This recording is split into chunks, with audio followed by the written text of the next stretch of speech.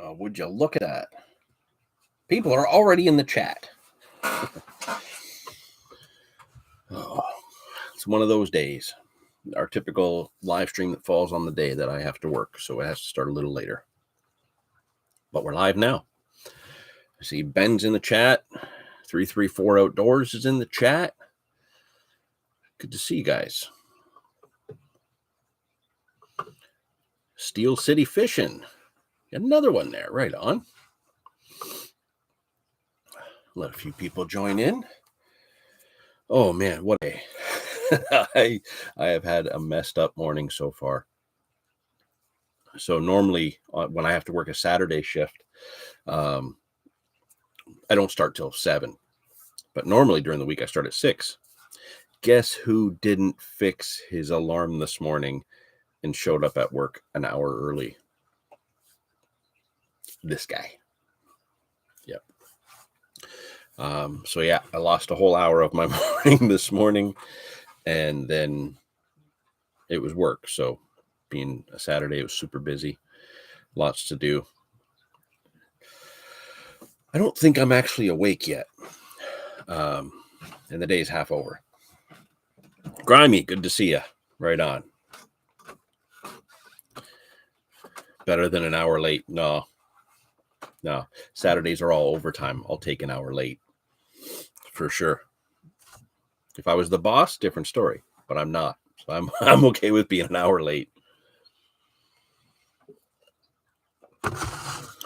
Well, I hope everybody's doing all right. There's Tim. Right on. Hope everybody's doing good. Hopefully some of you have been out fishing. Now that we're certainly in southern Ontario, starting to get the colder temperatures. It ain't too warm out there today. Very damp. They're expecting snow to hit us tomorrow. And I haven't raked up my leaves yet, and I haven't cleaned my gutters yet. So I either have to do that this afternoon or first thing in the morning. We'll see how ambitious I get. Definitely got some things to go over on my list today. Got a new item to check out as well. Our typical good news coming down the pipe of what videos we have coming along and stuff like that. So yeah, glad to see you guys all popping in there. Glad as always that all the regulars are here for our live stream. I'm sure more of them will pop in that we haven't seen yet. And the downside is I know on these ones where I have to start an hour later, some people can't make it because they have to go to work or whatnot. Work. But glad you guys are all there. There's Galen. See, I thought Galen's always the first one in, and somehow Ben beat him to it today. I don't know what's going on. It's weird. So here we are in November, and for those of you that were around, which is most of you, for the October live stream, we were kind of like almost done the fall SSF with the Canadian Carp Society. With that fall event, there was Dave, Zoltan, and myself made up a team called the Big Dogs, and we were entered into the SSF for the team division. I knew that there was no chance of trying to hold my own properly on the solo division. The prairie guys, man, they get such big fish in the fall.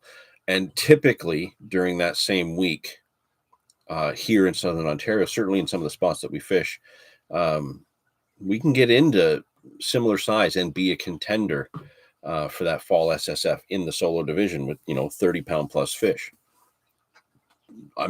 If I would have had the whole week off, I would have went solo. I think I would have been able to be a contender in that area. But given that I only had a couple of short sessions available, I knew I wasn't going to have the time to put in to really stand up and give a fight to those prairie guys. The prairie guys had to fight it amongst themselves anyways. And man, were there some absolute monsters landed for our fall SSF. The winning weight in the solo division was over 105 pounds for 3 fish. That's a couple of really big carp. I think actually, I got a bunch of tabs open. Let me just open up a new one real quick. For the SSF, for the solo division, 1, 2, 3, 4. There was 5 people over 90 pounds for their 3 fish, 2 of which were over 100 pounds. And, multiple people in the 80s and 70s. There was a lot of big fish landed, lots of big fish. In the solo division, that one went a little weird. Normally we have a pretty good battle in our solo division, or our team division, sorry, where the teams really kind of go head to head and put up a scrap. For this time around, unfortunately, the other teams really didn't pull up their socks and go at it. Luckily for the next gen Carpin, Jarrett Harris did manage to put a fish on the board for his team, as he does. So he got on the board and kind of put something there against against our team, the big dogs. We went at it. We really tried our best. We didn't get into the giant fish that we were expecting to, but Dave, Zoltan, and I did have some good sessions. All 3 of us did manage to fish a couple of short sessions solo, and then I was able to have a session with Dave, and then I was also able to have a session with Zoltan. So luckily I was able to fish with both of my teammates separately, but I did get to fish with them, and those were 2 absolutely great sessions. Dave and I just smashed into a bunch of fish. We got to see another member, Dermot, who we haven't seen in a while. He had been down there for his last session of the season, and managed a 24 pounder. And I got into a bunch of those hybrid F1 type fish. Had one that was like probably 9 pounds. It was just an absolute beast of an F1. And those things fight so unbelievably hard.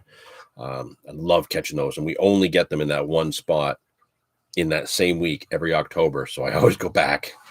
It was great. So the session with Dave was awesome. And I think that was probably like the first time I'd fished with him properly since the spring.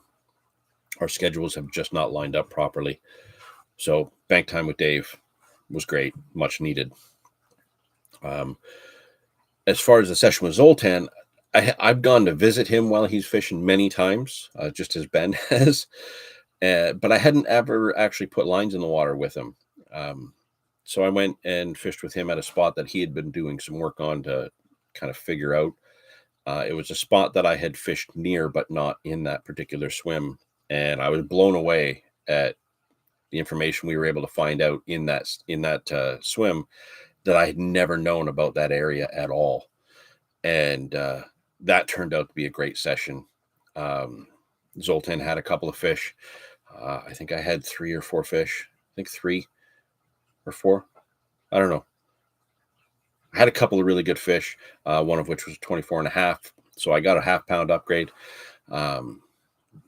Zoltan had a few fish that were good. He had a 29 pounder during the SSF. He also got a mirror right after I left, which was kind of a kick in the balls. I would have loved to see that fish, but yeah, great sessions in each case. And between the 3 of us, for our 3 fish, we did manage to put 73.5 pounds on the board.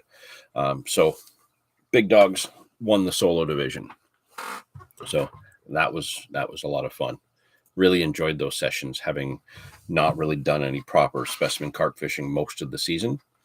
I'd focused so much on chasing the buffalo, doing that series, and doing the match fishing. It was nice to have a couple of days behind the pod and give my back a rest, and then still manage to get a couple of really good quality fish. It was a lot of fun. We have some other news coming up with the CCS, the Canadian Carp Society. So if you guys are members, this is all information that's going to be good for you. If you're not members and you fish for carp, you should be members. So this news would be good for you if you are members. If you're not a carp person, that's fine. But I do suggest at some point you do give it a whirl. There is an upcoming live for members on the Canadian Carp Society site. That is going to be November 23rd at 7 p.m. We're going to have 2 of our operations team members, as well as 2 just regular members. And the 4 of them are going to have a good quality discussion on carp rigs in Canada. Anytime our people talk about rigs, there's always something to pull out of that to add to your arsenal. I'm somebody who's narrowed all my stuff down to, just like pretty much 3 rigs that I use for my carp fishing overall. And there's still things that I learn in these rig discussions that just help me tweak things just that little bit more. So if you are a member, we're bringing back the CCS Lives, November 23rd, 7 p.m. on the site for members only. It's going to be fun. Oh, Galen's taken off. Going for some walleye and Lakers. We'll watch later. You better be filming your walleye and Lakers, because, I want to see that. Galen's skipping out early. I'm completely willing to forgive Dave showing up late. I don't know if I'm okay with Galen leaving early. That's kind of cheating. Fine. Go do your thing. So yeah, good thing coming up. Good rig talk with several members on our live soon, November 23rd. Next, this is also for members only for the Canadian Carp Society, is our Angler of the Year. It's that time again.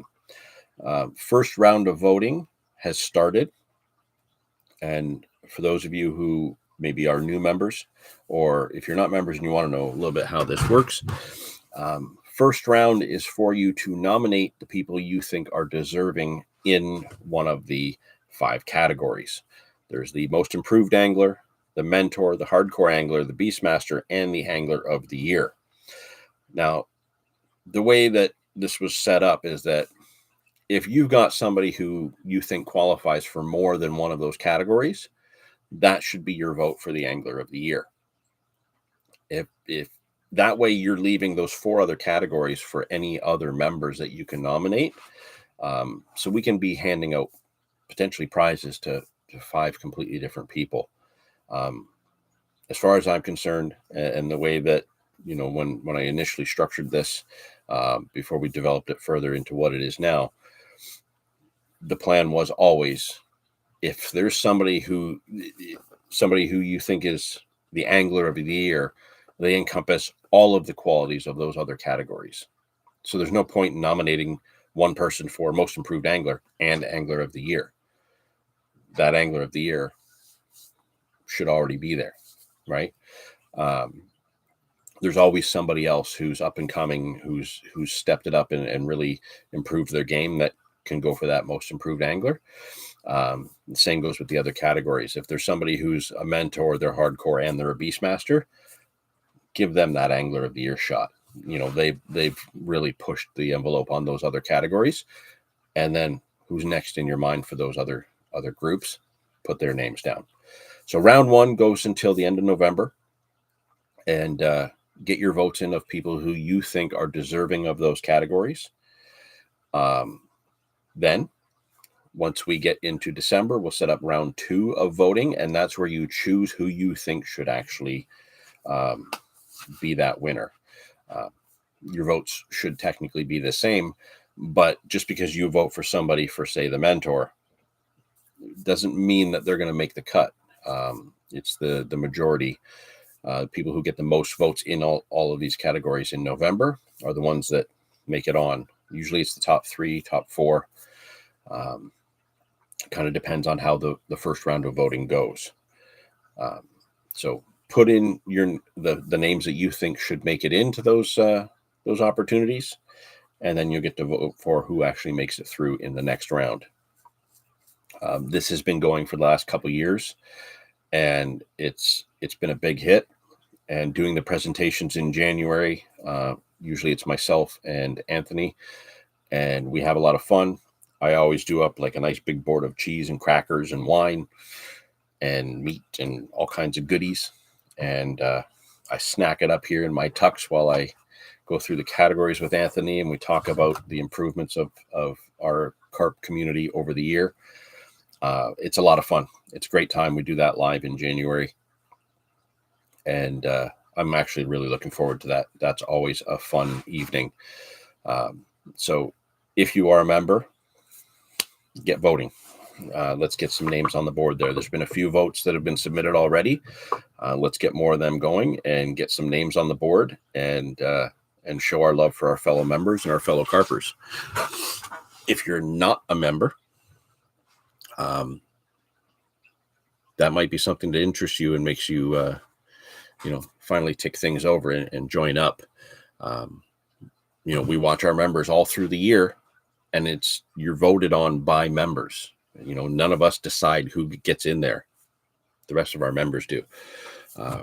So not only will you get to participate in submitting your votes, you could be nominated for a category. I actually won the mentor myself one year. That was a pretty big honor, and I'm really happy to be considered among those other anglers who have actually taken home an award for those categories. Our peers voting for us in those categories. It's special. It really is. So definitely, if you're a member, get on the site today and get some votes put in. Round 2 will start in December. While we're kind of on that whole carp chatter bit, I want to throw a huge shout out to our carpin buddy, Toronto James. He doesn't pop into the lives very often, but TJ he's a cool guy. I like James. Got to fish with him at the fall social, which was another great session, weekend get together social overall. They just keep getting better. And James has actually become a member of the British Carp Study Group, kind of like an elite group of carpers who get to put their thinking caps on and share a lot of knowledge. I think that's major. I think it's a huge deal that James got in there. And I think it's very deserved as well. James is a very intelligent angler. He's a smart guy, and he really puts a lot of thought into what he does. The BCSG puts out a book, and the recent one has come out, and James has a pretty big article in that. And huge shout out to James for that. I think it's awesome. Those of you who don't know who Toronto James is, he has a website called Kayam Carp. He offers a bunch of services on there, like tutorials, a little bit of guiding, pre-tied rigs, things like that, and lots of information about carp fishing in Canada. So definitely worth checking that out. And huge prissy golf clap to James for actually making that happen and getting into that book. That's special. I went to go buy one, and they're sold out. So I really want that book, and I can't get one because they're sold out. So hopefully I'll get another opportunity, but if not, I'm just happy he's in there. So good job, James. Now, as far as upcoming videos go, and we actually just put out, we've had a couple things go out recently. We've kind of got back on the train of putting some shorts out, just to help keep some momentum on the channel. We were getting a lot of peaks when the videos would go up, and then they just plummet, and it's like nobody's watching the channel in between. So just to keep some new traffic on the channel, I've been starting to put a little bit more of the shorts up that I hadn't done in quite a while, and it has helped manage to keep some traffic moving on the channel, which is great. And I totally just clicked on the wrong thing there.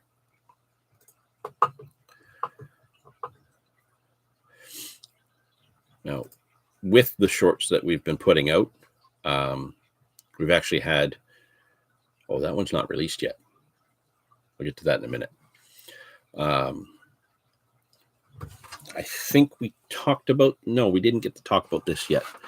There's a new video out by Dave, Fuzzy Dice for Salmon Fishing, where he takes his spin on this rig that people have been using for bass and tried it for salmon and had some pretty good results.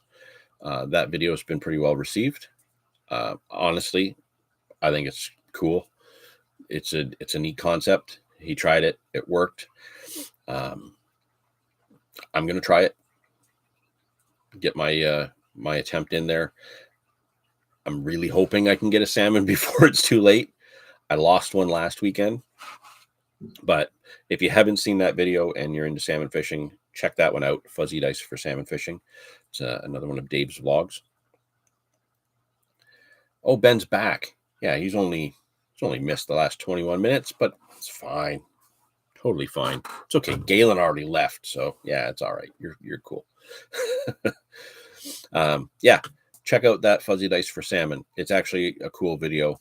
The way it got shot and with the footage he had, it's kind of funny how some things worked out, but he does talk in depth about how he puts it together and where the idea came from.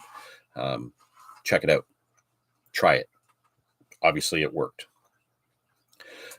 Dave also managed to recently upload a carp video of his fishing during the SSF, which also, again, right up there with the standard of quality that Dave has in his videos, fishing through a heavy rain.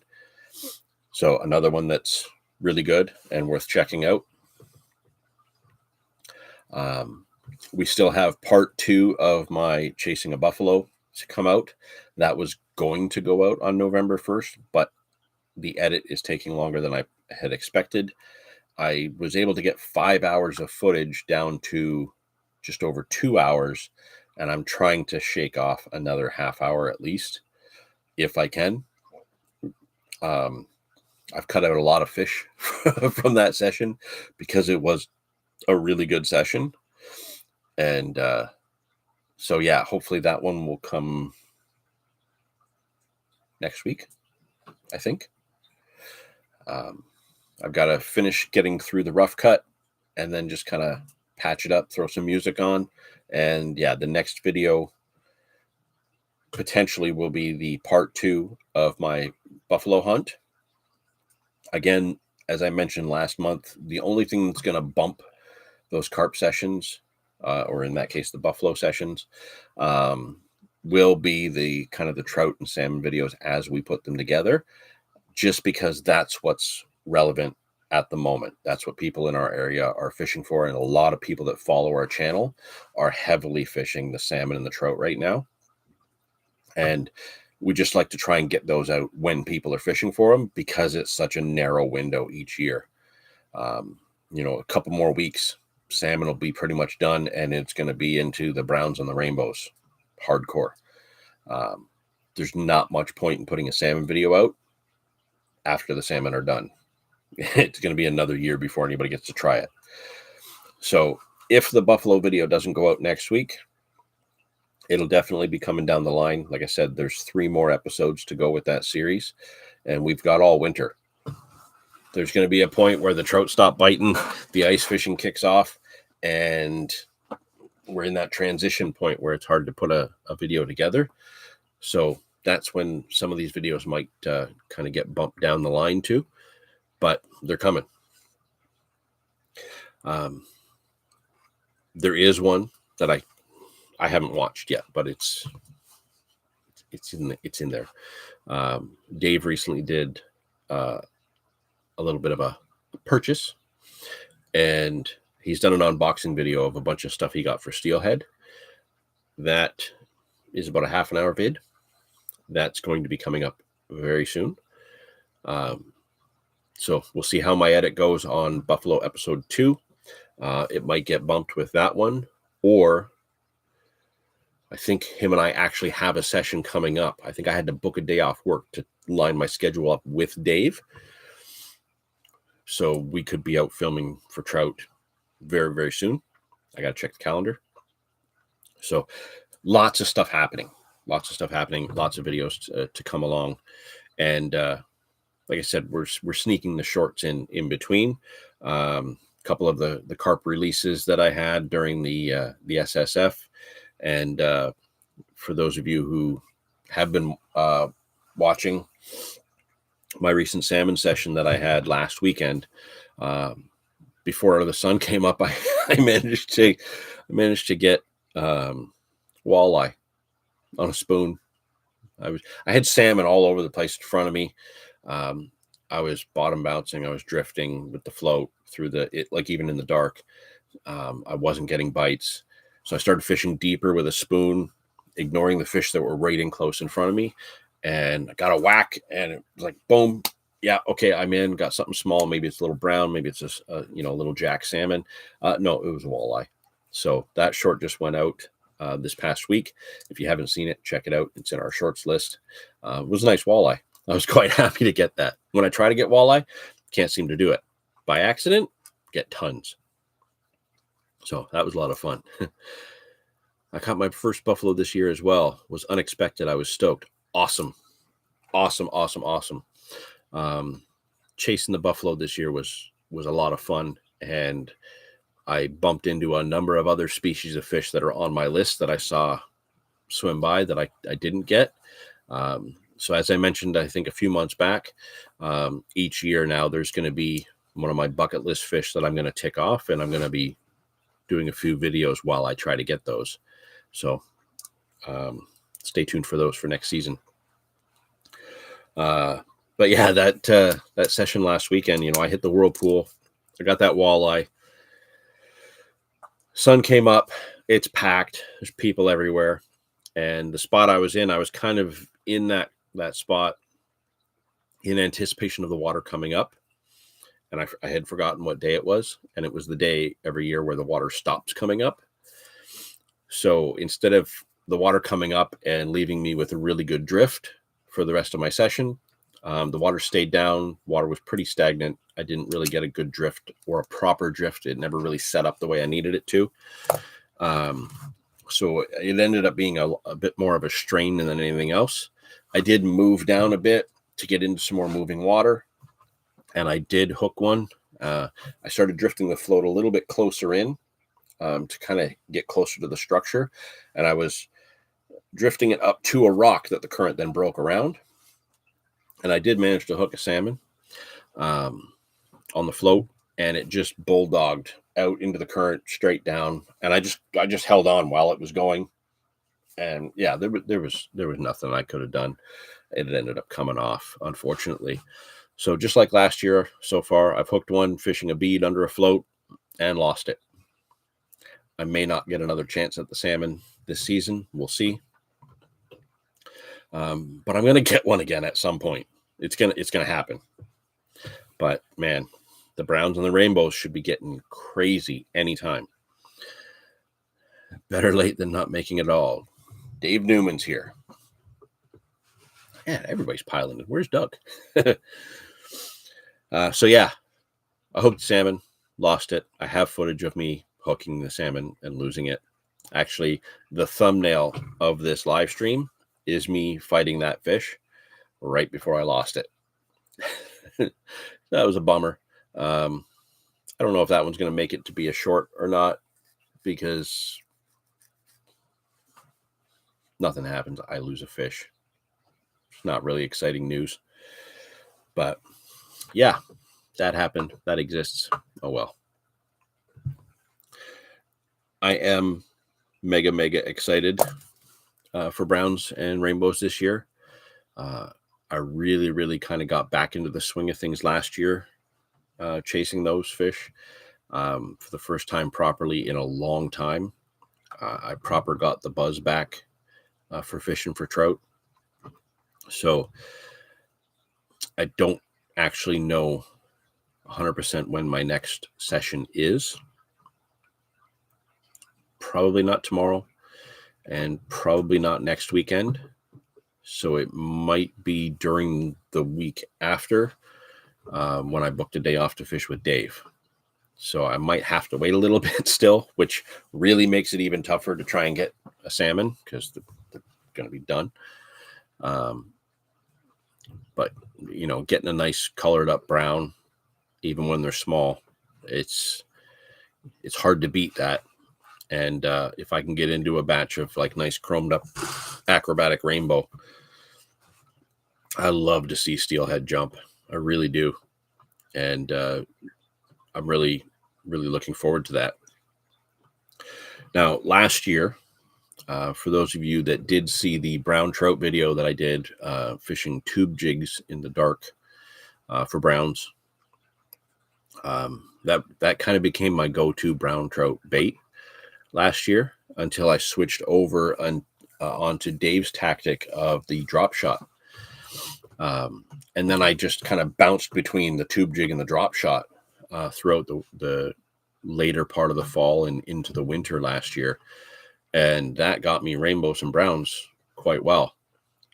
Funny enough, the only 2 lake trout that I had last year during the birthday session, I had lake trout float fishing. I had everything else bottom bouncing. I didn't get a single rainbow or a single brown under the float last year, which is just hilarious. But last year, you know, fishing that tube jig, I was using my bait caster. I think it's like a 10.5 foot. I don't think it's 12. I think it's 10.5 foot Fenwick bait caster with my Corvallis reel. It's very, very comfortable to fish those tube jigs, but it's a little bit on the heavier side. And where I got into trouble is if I did have to downsize the jig heads a little bit, or downsize the drop shot weights a bit, that just became way too much rod. It impeded my casting. It definitely was enough to handle the fish, but in some cases with some of those trout, it was a little bit overgunned. So I wanted to get back to using my 12'6" Fenwick HMX that I bought in like 1997 or 1998. I still use it. I have been using the Riversider rods, the 10-foot Riversiders. They are amazing. I absolutely love them. The drop shot for trout video I did in the snow last year, that was using the Riversiders. But I love that 12.5 foot HMX. The problem that I always ran into is that I use a lot of like old reels. Used. Sometimes I buy used reels just because I am so rough on equipment. And I kind of got sick of using reels that didn't have anti-reverse. You know, when I'm looking at my match gear, my carp gear, I'm using Daiwa reels, Shimano reels. I've got a Fluger Supreme that's in the group with my match fishing stuff. You know, I've kind of upgraded reels in every other aspect of my fishing, except my trout fishing. And so I popped down to Peter's last weekend after my session with I landed a walleye, I landed a bass, and then I lost a salmon. So I had a complete ass backwards session, but I had to go get some new leader line because I've got like 5 spools of the Raven 6.8 pound fluorocarbon. I got like 5 spools kicking around in my bag. All of them are like nearly empty, but not quite empty. So I need to clean all those up. And then I'm going to have a nice fresh new one to use. And I was completely out of the 8.4 as well. I needed some of that. So I had to go get leader line anyways. And I thought, now's a good chance to just look at the spinning reels. What I could potentially look at for a new spinning reel for the 12.5 foot HMX, because I want to get that back in for my bottom bouncing. I absolutely love playing trout on that. And because that rod is now, it's like 30 years old, pretty much, that rod. The thing about it is because it's so much older now, it doesn't have the same stiffness. It's a little bit more wiry. So it really does absorb the shock on that line a lot better than it used to when I first bought it. I'll never forget the day I bought it too. I bought that rod with a Shimano Sedona reel, which is actually over at the bar on the rack with all my antique reels. I retired it a few years ago. I bought that rod with that reel, left Peter's Tackle, and this is actually going back to when Peter was still alive. Such a fantastic guy. I miss him. We left the Peter's Tackle, went right to the whirlpool, and I think I also bought a jacket that day. Like, I spent a lot of money that day, but yeah, it was a Pioneer jacket, all full of pockets, the Shimano Sedona, and the Fenwick HMX 12'6" rod, cork handle, obviously. We went straight from the tackle shop right to the whirlpool, and I had one of the best bottom bouncing sessions I had had in ages. I had 5 rainbows that afternoon. It was just a spontaneous, like, let's go to the tackle shop. I wasn't planning on buying this stuff. I bought it anyways. I had been using 10-foot rods up to that point. I had a 10'6" HMX that I was in love with, but I broke the tip off of it, lost 3 inches of it. So I kind of got sick of that rod. Still have it. Haven't used it in ages. Got sick of that rod. Went and bought the 12'6". Went right down to the whirlpool. Fished with all this new gear. 5 rainbows back to back to back. If my photo album was handy, I could show you the pictures. I still have the pictures from that session. But anyway, I still love the rod. The reel's been retired. I needed a new reel for it.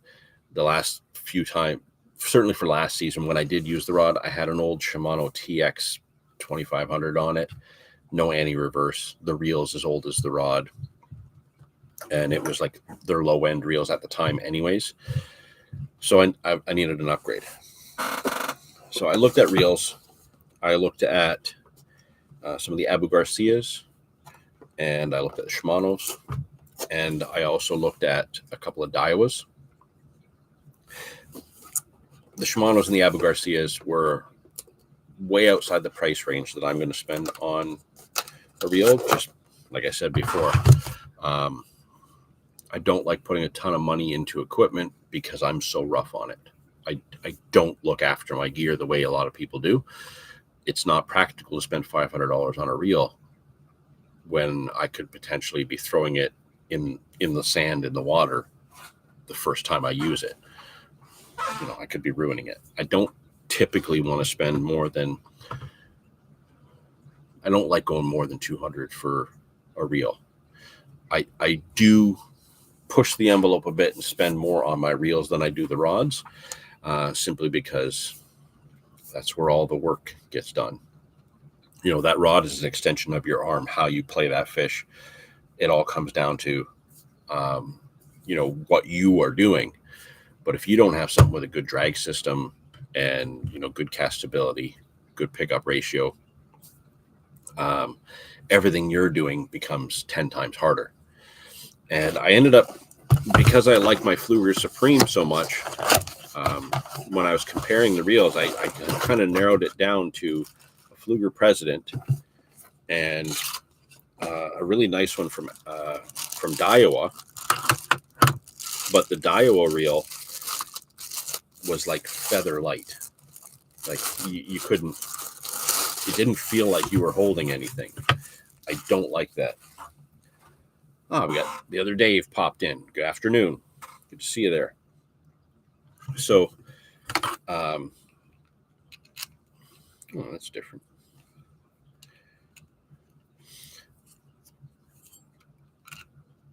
Thread in. So I'm comparing the Pflueger President to this little Daiwa that Angela put on the counter for me to just try and get a feel for. And the Daiwa just felt like it was nothing there.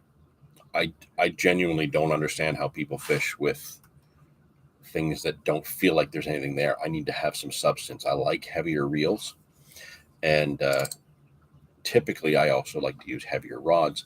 That's probably just because I'm old. I grew up with old fiberglass rods. And then, they transitioned, they became composites and stuff like that.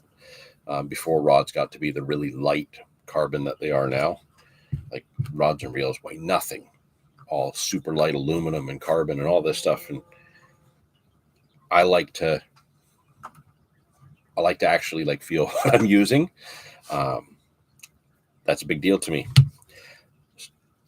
The Fluger President was, it's that little bit heavier. It feels like I have a reel in my hand, but super, super smooth. The grip is really nice. And one thing I know for sure, using the Fluger Supreme that I have, is that the drag systems on these reels are fantastic. And when you're looking at a reel that's under $100, but performs at the level that it performs at, I couldn't say no. It also looks really sexy too. It's nice and blue and gold and gray. It's nice. So, oh man, I didn't even look. I haven't taken it out of the box since I bought it last weekend. I didn't even realize I definitely would have put more line on that. Angela spooled it up for me.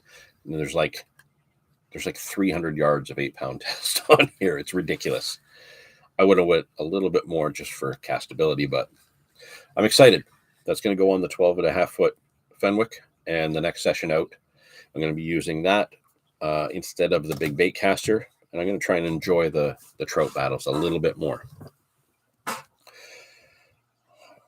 And of course, can't have a live stream without my mother texting me or trying to call me. So we'll just let her know that she's interrupting, because it's not like she's going to be watching or anything.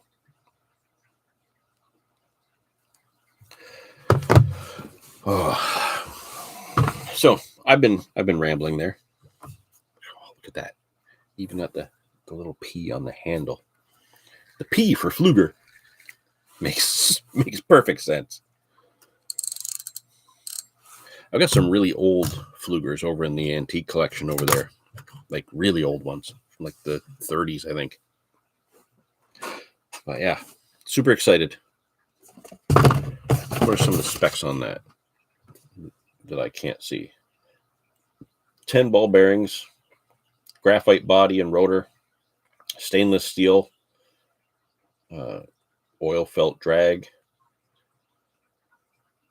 It's braid ready, so I could put braid on it if I want to. Slow oscillation, so it's really good for line lay. Yeah, all the good things that make up a good trout reel.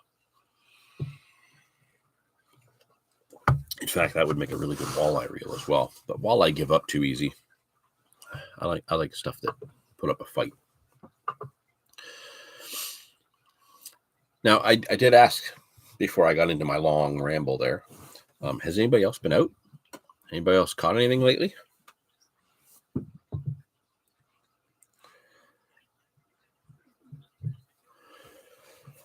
Anybody else besides me losing the fish that they're after? Which, of course, is how things go for me.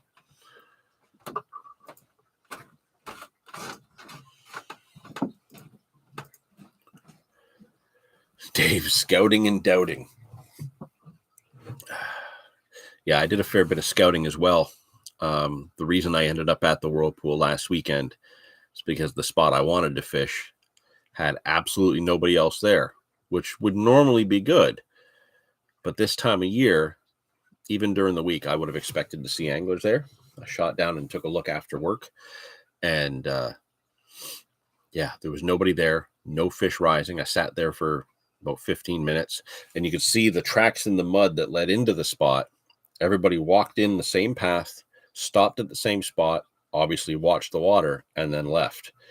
Nobody actually went down to the water at all. So it was very clear that a lot of us are watching the spot, but nobody's fishing it yet. So yeah, I've done a little bit of scouting myself, and I didn't really get the whole doubting part. I still went for it. I lost my chance. Hoping to get out this week. Haven't been out since mid-October. Fix that, Ben. Get out this week. Get a fish. Grimy fishing. I was on Koochiching 2 weekends ago. Broke my smallmouth PB. Been out for panfish a couple of times. Broke your smallmouth PB. What are you up to? That's awesome. Nothing really. It's hard to beat a big fall smallmouth on a lake like Koochiching. The only thing I would say that could beat that would be a massive Koochiching pike, because even the small Koochiching pike fight really hard. I do enjoy that lake. I really like that lake. Haven't been up in the last couple of years.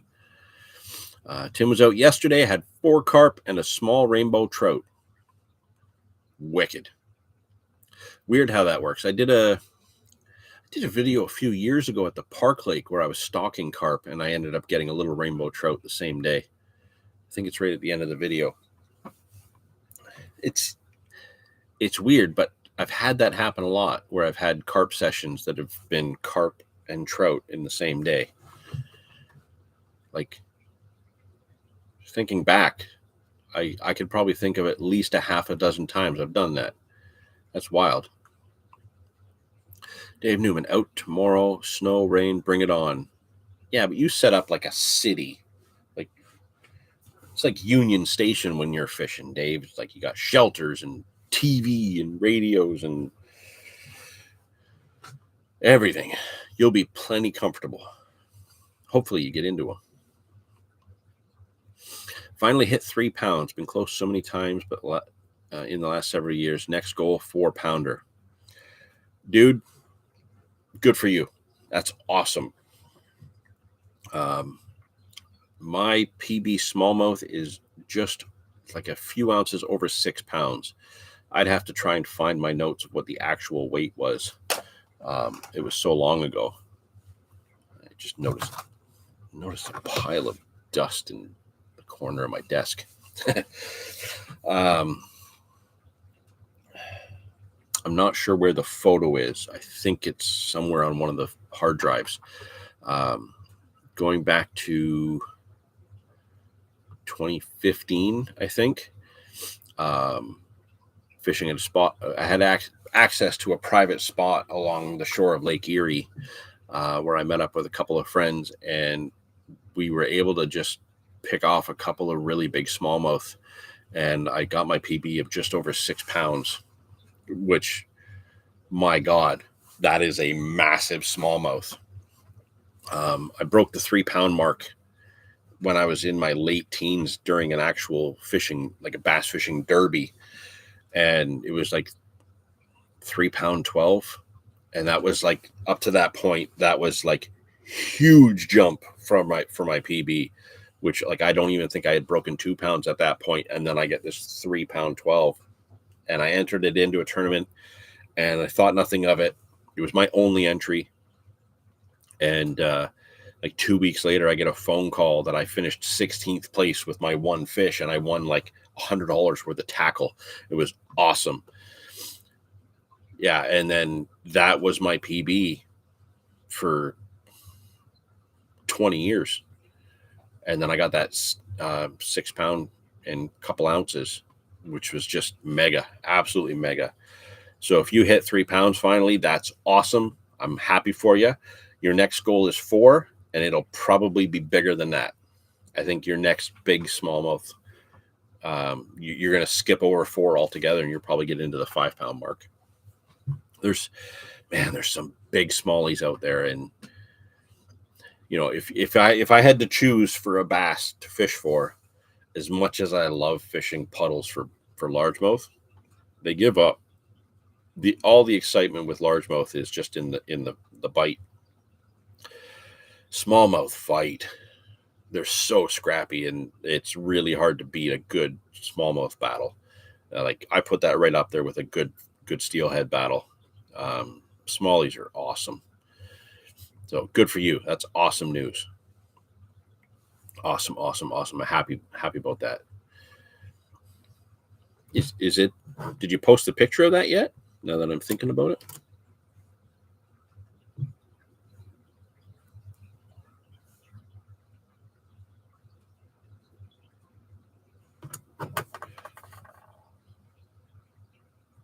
I don't see a giant smallmouth on here. You haven't posted the picture yet.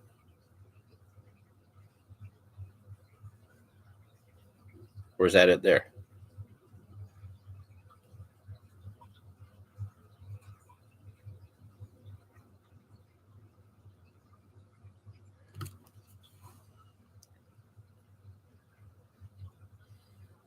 That's a very skinny. Oh, you can't really see it that well. And it changed. That's a skinny bass. That one you're holding there.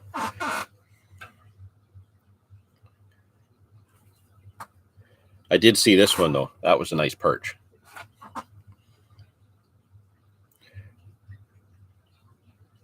Yeah, you're going to have to post that smallie because we definitely need to see that one. Good stuff. It's always awesome to see that somebody's got a PB of something. Love it. You know, and to see that where is it? That Steel City Fishing got his first buffalo this year as well. Like, I haven't actually confirmed whether I've gotten mine yet or not, because you got to watch the videos first. I will tell you, I hooked up with several, but I'm not going to tell you what happened. Episode 3 is going to be interesting. That's where the excitement kind of starts and things get a little bit crazy. Episode 2 is going to be fun because I just had a killer session. Episode 3, things got wild. Then episode 4 is just try to relax and kind of recompose my brain, and some crazy stuff happens then too. And I'm so glad Dave made one of his visits during that 4th session, because it was really wild. The perch post, swipe to the smallie. Okay, so it's in there. I got to bring that back up.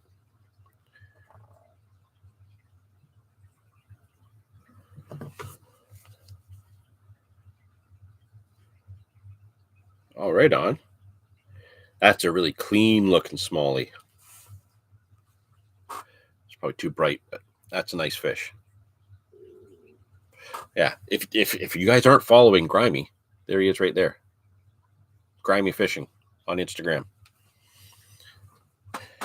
I ain't got no water to fish in. Well, dude, where's the water? You're gonna need to get a there's an Xbox. There was an Xbox. I think Xbox 360 or something had that. Had some really good fishing games on it. Have to do the digital fishing. Man, I don't know. I might try to sneak out for a couple hours tomorrow morning. I might not. I have a lot to do in here. I have to build a big shelf to move a bunch of this stuff out. I was able to just get the bivvy that Doug is going to inherit soon. I was able to get that pulled out, and now I can't find all the pegs for it. I had found them at one point, now I've lost them again. I'm just not having good luck getting all the information of that bivvy to Doug, but it's all like in one area. So I need to get the shelf built, the wood's in the van that I haven't brought in yet. Craziness. There's always way too much going on here.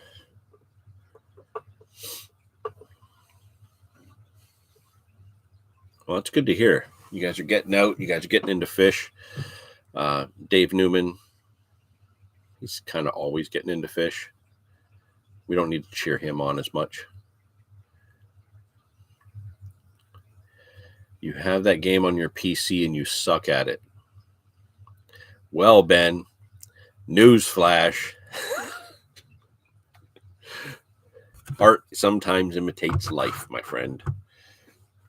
I will say, though, this year, certainly with your performance in the spring, you definitely stepped your game up, and I'm very, very happy for you in that respect. Very pleased that you've put a lot more effort in, and not only that, but that effort was rewarded back to really give you that indication that you're really starting to nail things down. So I'm really, really happy for you. But yeah, you need to get more bank time. That right now is, I think, the only thing that's kind of holding you back a bit is the lack of bank time. And the fact that you keep letting your brother fish your spots. I think maybe as much as you love your brother, maybe you shouldn't let him fish the same spots you've been baiting. Maybe you should just tell him you've baited a few spots and send him there and see if he still gets the same results. Because I'd be willing to bet that he doesn't. Just something to think about. That's all.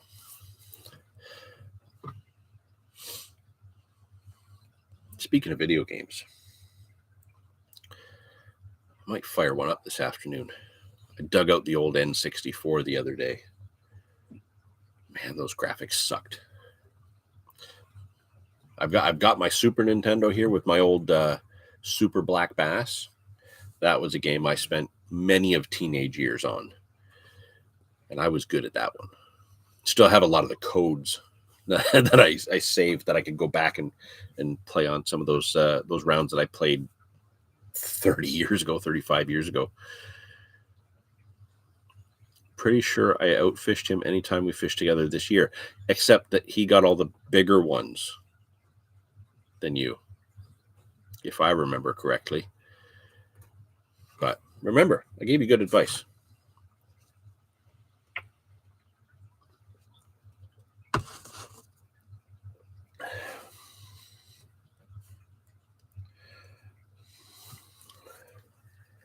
I think I've covered everything on my list. So, before we get into the area of wrapping things up, I always like to turn it over to you guys if you have any questions that I haven't answered. There's usually a few people that are kind of sitting back and just, watching along, but not necessarily dropping in the chat.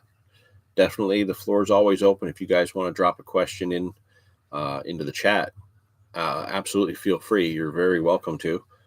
We love it when everybody participates in the chat. Oh, this is really nice.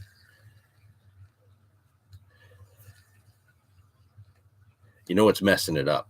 Galen left early. That's what the problem is. Galen left early. Dave came in late, and Ben came in late. That's what it is.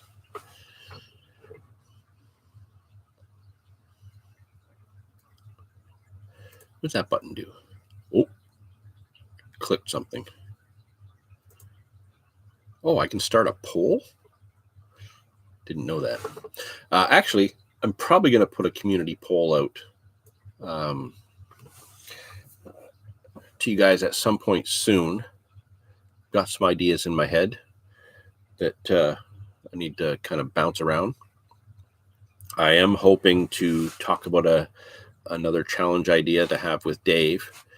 We have a bunch of them that we were supposed to work on this year, but we just didn't get sessions together. And then the one session we had together where we could have actually done the one challenge, neither one of us remembered until like we were almost ready to go,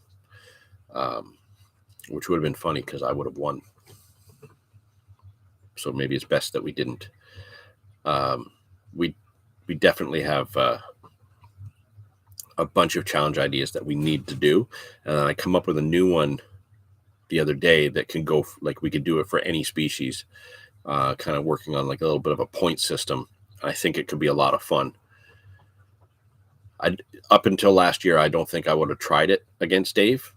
But I gave him a bit of a run for his money last year. So I think I've kind of stepped my game up enough that I could actually try to compete against him in the trout arena. Unrelated, I've got a clip for CCS TV ready to submit. I think I finished it last night. Just have to rewatch to make sure it went together properly. Awesome. Just send that to me directly. Throw it in Google Drive. Send it over to me. You have my email. And I will put that in the folder for the next episode of CCS TV. Again, if you guys are members of the Canadian Carp Society, you'll know what CCS TV is.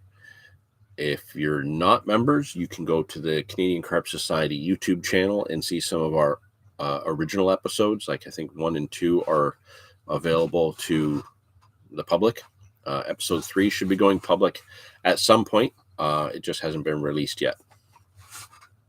But yeah, it's a good collaboration of members that put together, all kinds of things carpy. So that's good, Ben. Just there's a clip of you catching a bigger fish than Adam. Nice. Yeah, just shoot me the email with it in Google Drive. I'll put that in the folder.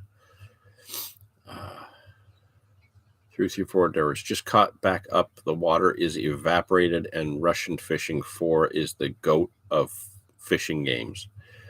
Russian Fishing 4. I'm going to write that one down. Russian Fishing 4.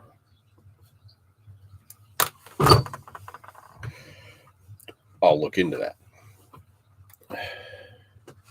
My kid is kind of like my video game guru. He kind of somehow takes all that information in and knows about games that I played when I was his age. I don't know how he gets this information, but maybe he's heard of that one. I'll have to ask him.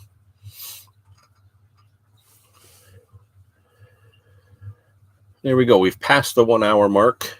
I've gone through everything on my list. I haven't really had any questions or anything pop into the chat. Do I have any big plans for my birthday session?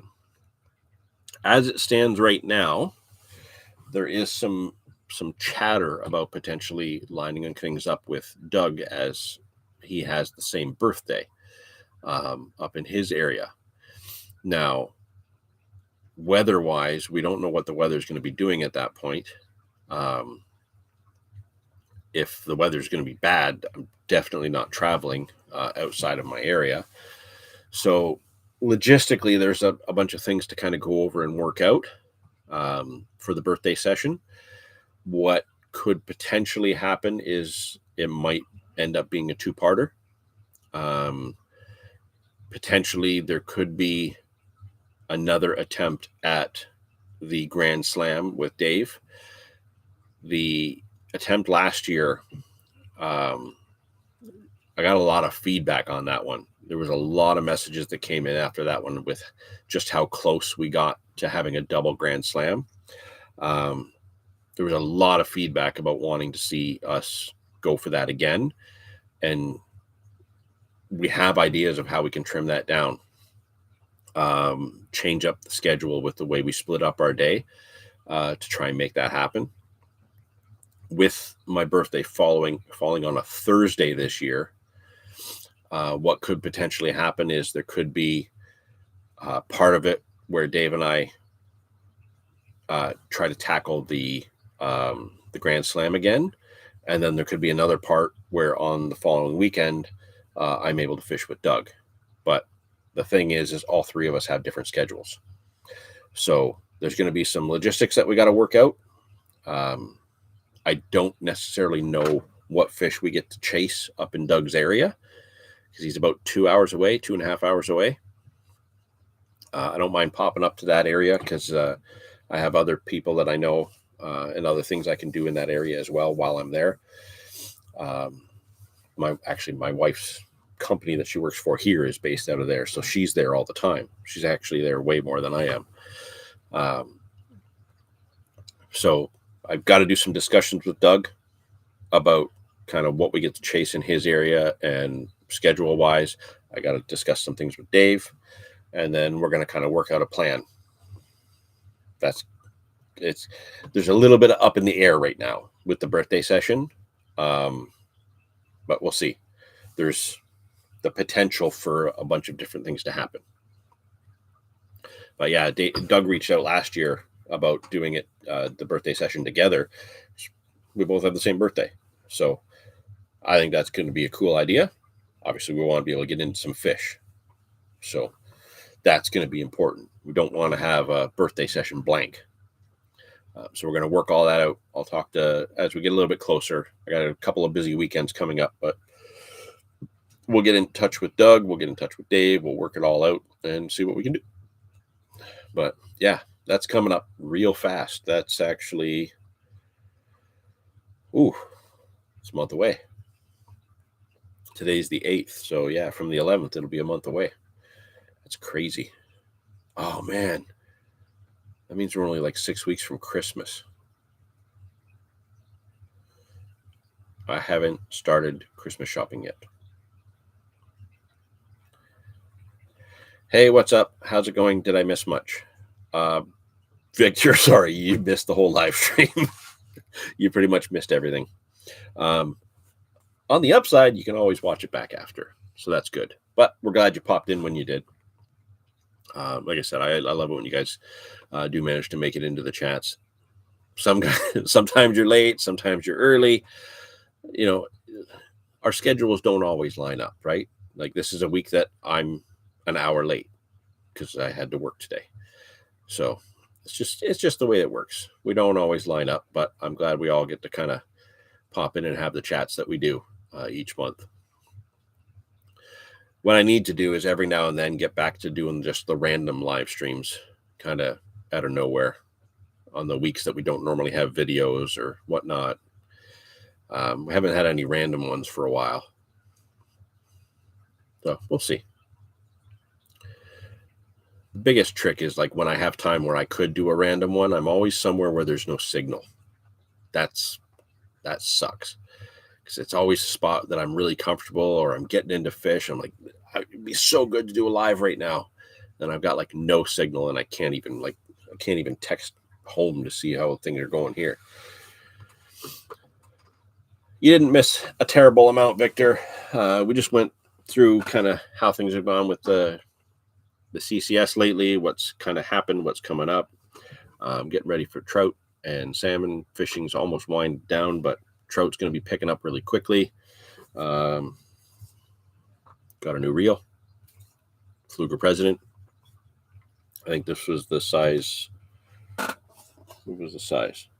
This was the size 40. So it's like a 4,000 series reel.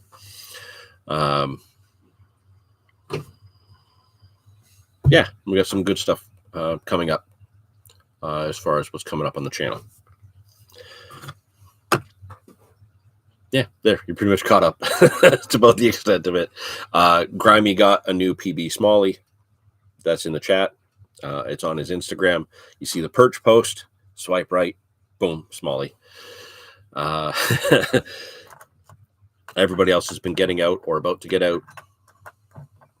Yeah, good times. But here we are just after 2 o'clock. Like I said, I had worked this morning, so I haven't eaten yet. I need to have something to eat. I texted my mother after she tried calling. Didn't get an answer back. So I'm probably going to have to call her again. So I should probably do that. It's not really nice to just hang up on your mother. And I do that a lot. So yeah, we're going to wrap up this live for November. What day is the December live stream?